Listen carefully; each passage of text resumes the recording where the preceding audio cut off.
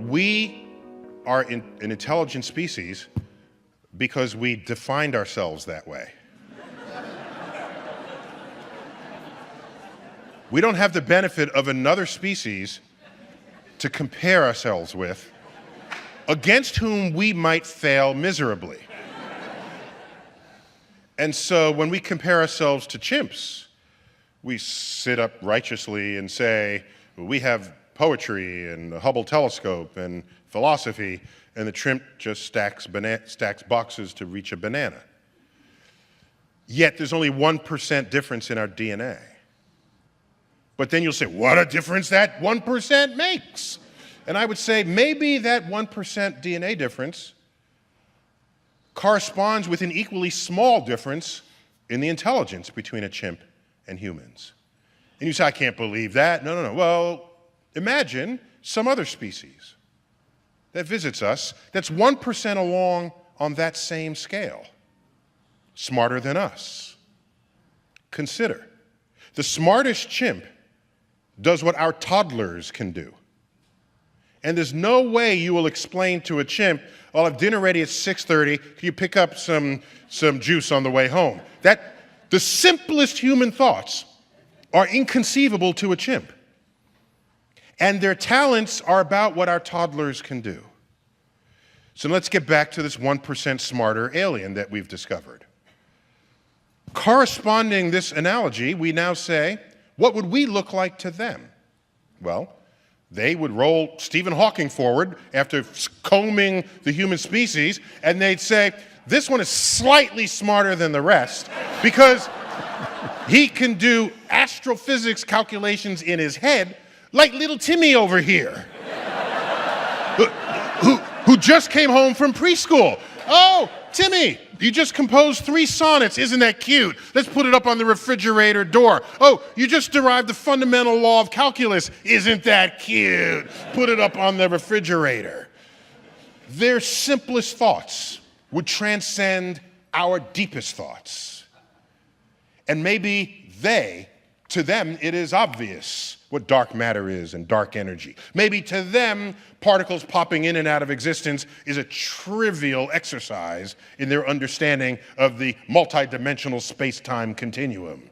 And we are here groping at the sides of a wall, not knowing how tall, wide, or deep it is, because we have the limits of the human physiology evolved off the plains of Africa just to try to understand the entire universe. So I lose sleep on that question each night. So that's my... Wait, did you almost say at the beginning of that answer that you are wondering, maybe something of a Mysterian, that you're not sure? I'm not sure. The universe is so complicated that it may be more complicated than we can ever fathom. No, that's the hubristic way to say it. Oh. That's not how I said it, okay? How did you say it again? We might not be smart enough. Okay? If you're hubristic, you would say, we are smart, but the universe is just really complicated. That's not what I said. Right. I said we might not be smart enough to figure out a universe that could be trivial to the brain of a more intelligent species. Okay. So check your hubris at the door. Otherwise, you will not bask in the cosmic perspective that so much of this discussion brings upon us. So, may I now give you my cop-out answer? My cop-out answer is, I think often about the questions we do not yet know to ask because discoveries yet to come, but when they arrive, will put us in a new vista, a new place to stand, enabling us to see questions undreamt of and unimagined before we got there. So when I, again, lay awake at night, I ponder what kinds of questions lay beyond our reach. Because the questions that we even know how to pose, they're there.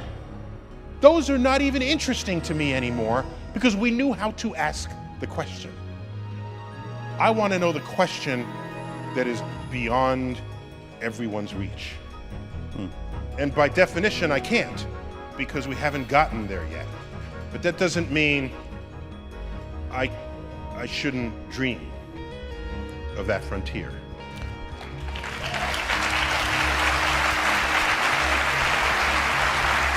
And That sounded like a coda to me, I gotta say. Like I could hear the orchestra playing through. may I offer a better coda? Yes. And then we'll let you go. But I Yeah, we kinda went here wanna long. hear this. Sorry, we went long. Try not to ever forget that the history of this exercise, this beautiful exercise where we find out where we fit in this great unfolding of cosmic events and phenomena, that the larger grows the area of knowledge. Okay? The bigger that area grows, just remember, so too grows our perimeter of ignorance.